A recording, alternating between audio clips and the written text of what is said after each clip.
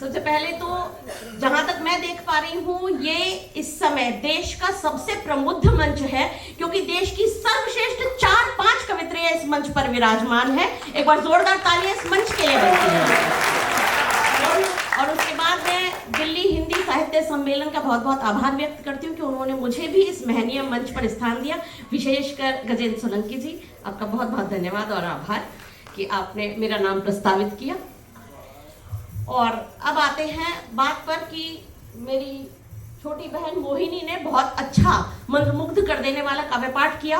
और एक बात शाश्वत सत्य है कि जब कोई कवित्री इतना अच्छा काव्य पाठ करती है, उन्हें इतनी प्रशंसा मिलती है, इतनी तालियां मिलती हैं, तो बहुत खुशी, दिल से बहुत खुशी होती है केवल उस कवित्री को।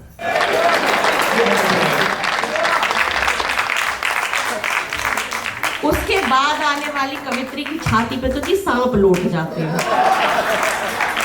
भीतर ही भीतर इतनी जलन होती है ना, बताया नहीं जा सकता। और हम औरतें तो जी वैसे ही बहुत जलकुकड़ी होती हैं। मैं आपको सही बताऊं, मैं आज अपनी सबसे खूबसूरत साड़ियों में से एक टॉप साड़ी पहनकर आई हूं, लेकिन यहां से लेकर यहां तक और यहां से लेकर यहां तक, जैसे ही मैंने आप सबकी साड़ियां देखी, भगवान कसम ऐसी आग सी लग गई। और जलन की बात तो ये है जी, मैं बताऊं, मुझे तो सबसे ज्यादा जलन अपने पति से ही है। मैं सच बता रही हूँ, भगवान ने ऐसी सोने की कलम से किस्मत लिखी है ना जी उस आदमी की, ऐसे चुन चुन के रिश्ते दिए हैं। मैं बताती हूँ, मेरे पति की सास बिल्कुल देवी औरत है, मेरे पति के ससुर बिल्कुल देवता आदमी, मेरे पति का साला बिल्कुल हीरा लड़का, और बीवी तो जी साक्षात लक्ष्मी का अवतार मिली। आप चिराग लेकर ढूंढोगे तो नहीं मिलेगी। और दूसरी तरफ हम औरतें, अजी हमें तो आज तक कोई रिश्ता अच्छा मिला ही नहीं।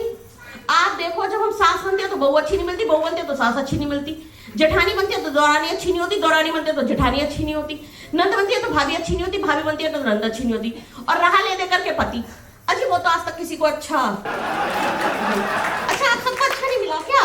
मेरे वाला बहुत अच्छा है वैसे। अच्छा, नहीं वैसे एक बात बताऊं, हम औरतों में जलन की प्रवृत्ति होती है।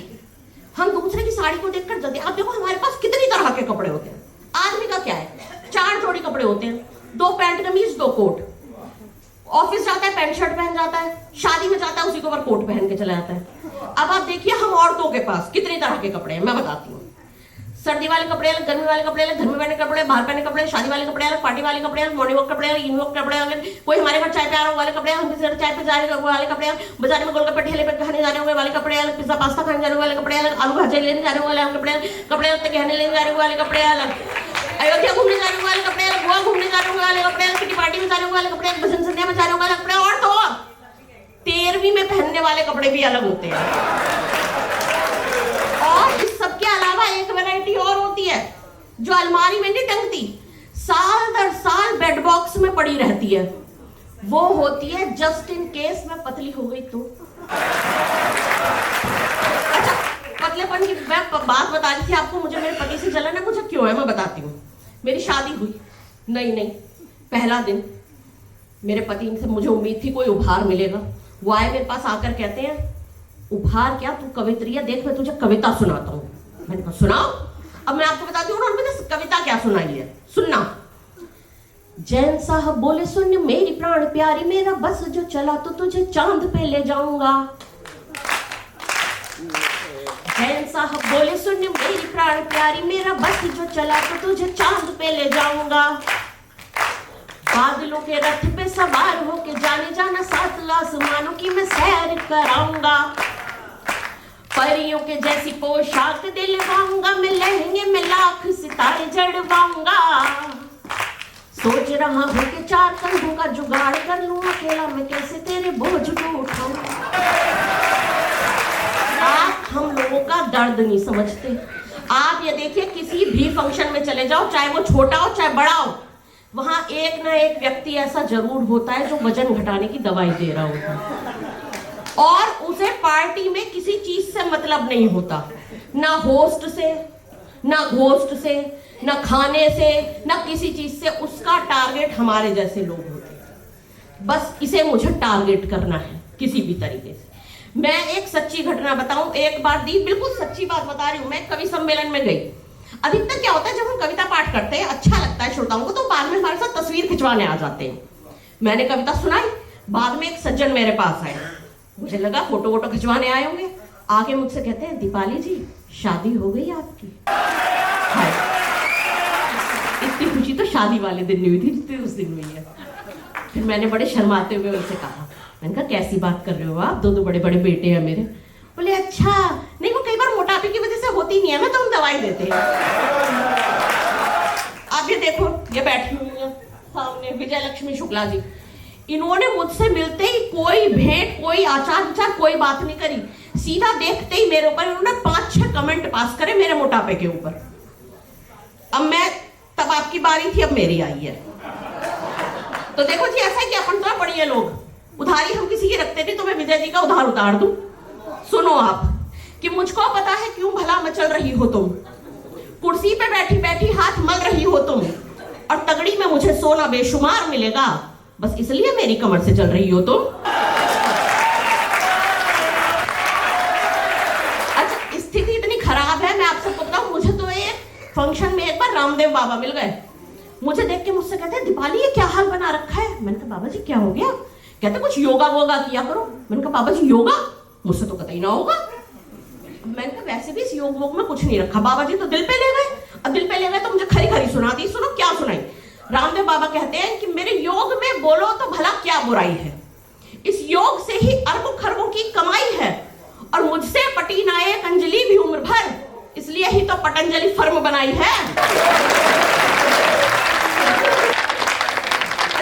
हमारी समस्या क्या है, हम लोग सारा दिन ये सोचते रहते हैं कि ऐसा क्या खाएं कि पतले हो जाएं। सोच खाने के बारे में रहे होते हैं। आप ये देखो, हम लोगों से, दीदी हम लोगों से तो बस आपका आशीर्वाद मेरे साथ रहे। मैं आपको बताऊं, हम लोगों से तो ना मिठाइयां भी बातें कर लेती हैं। ऐसा नहीं है कि केवल हम ही मिठाइयों पर मोहित हैं, मिठाइयां भी हम पे मोहित हैं। अभी कल मैंने फ्रिज खोल के गुलाब जामुन निकाला। अब आप देखो मेरे हाथ में गुलाब जामुन है, मैं गुलाब जामुन को देख रही हूँ, गुलाब जामुन मुझे देख रहा है। मेरे मन में ख्याल आया कितना प्यारा है, सांवले रंग का, गोल मटोल, मोटा ताजा। और मजे की बात देखो, ठीक उसी समय गुलाब जामुन मेरे बारे में यही सोच रहा है। अच्छा, मैं तो हुई, मेरे बच्चे भी बहुत चटोरे हैं। आप ये देखिए, उन्हें चाइनीज वाइनीज ये सब इतना पसंद है। आए दिन कभी पास्ता ला रहे हैं, कभी पिज्जा ला रहे हैं, कभी चाउमीन ला रहे हैं, कभी मोमोज ला रहे हैं, और फिर लाने के बाद जबरदस्ती मुझे भी खिलाते हैं, मम्मी थोड़ा सा तो खाओ, थोड़ा सा तो खाओ। अब मुझे परेशानी इस बात की है कि आज तो ये मुझे जबरदस्ती खिला रहे हैं, कल को इनकी बीवियां आकर कहेंगी कि बुढ़िया बहुत चटोरी है। अच्छा, होता क्या है कि हम जो महिलाएं होती है, वैसे मैं पतियों की बात कर रही थी आप सबसे, जो हमारी उम्र होती है 40-45। अच्छा, वैसे एक बात आप सबको बताओ, हम महिलाओं की उम्र के ना 3 फेज होते हैं। पहला होता है 18 से 20 साल का, दूसरा फेज होता है 28 से 30 साल का, और तीसरा फेज होता है 38 से 40-45 साल का। फिर हम ठहर जाते हैं, इससे बड़ी नहीं होती हम, बस यहीं तक रहती है हम लोग। तो ये जो ये तीसरे फाइनल वाले फेज में हम चल रही हैं, इस फेज में हमें अपने पति से कोई अपेक्षा नहीं होती। सारी जिंदगी पति से यही तय तू मैं रहती है, तुम मुझे टाइम नहीं देते, तुम मुझे टाइम नहीं देते, तुम्हारे पास सबके लिए टाइम है, मेरे लिए टाइम ही नहीं है। लेकिन अब मेरा बिल्कुल क्लियर है, अब मुझे अपने पति का टाइम नहीं चाहिए। अब मेरे पति कहते हैं ना, आ साथ बैठ ले, कब बात करें। मैंने कहा बात रहने दो, अब तो बस पैसे दिए जो। पैसे भी इस उम्र में आने के बाद किसी से प्यार नहीं रह जाता। कैसा पति, कैसी सास, कैसा ससुर, कैसा भाई, कैसा पिता, कैसे भतीजे, कोई नहीं। केवल एक शख्स से प्यार रह जाता है जी, वो होती है हमारी काम वाली बाई। पति के लिए ठंडी रोटी बन जाएगी, उसके लिए गर्म चाय बनती है। पति टाइम पे घर आए ना आए, वो आनी चाहिए। सीधा हिसाब है, वही हमारी सच्ची साथी है, नाश्ते के साथ भी और नाश्ते के बाद भी। आप आजकल के कार्यक्रम देख लो, सारेगामापा और वो डांस इंडिया डांस, आप ये देखिए, इनमें जो भी बच्चा जीत रहा होता है, आप उससे पूछो बेटा पापा क्या करते हैं, मम्मी क्या करती है, मम्मी घर काम करने जाती है। ये देखकर मेरे बच्चे मुझसे कहने लगे, मम्मी हम भी लाइफ में सक्सेसफुल होना चाहते हैं। मैंने कहा बेटा बहुत अच्छी बात है, तुम भी झाड़ू पोछा करने जाया करो। हास्य कवि होते हैं, एक बात बताऊं, होते तो हम सफाई कर्मचारी हैं। फर्क सिर्फ इतना है कि हम आप सबकी जिंदगी से दुख दर्द और टेंशन का सफाया किया करते हैं।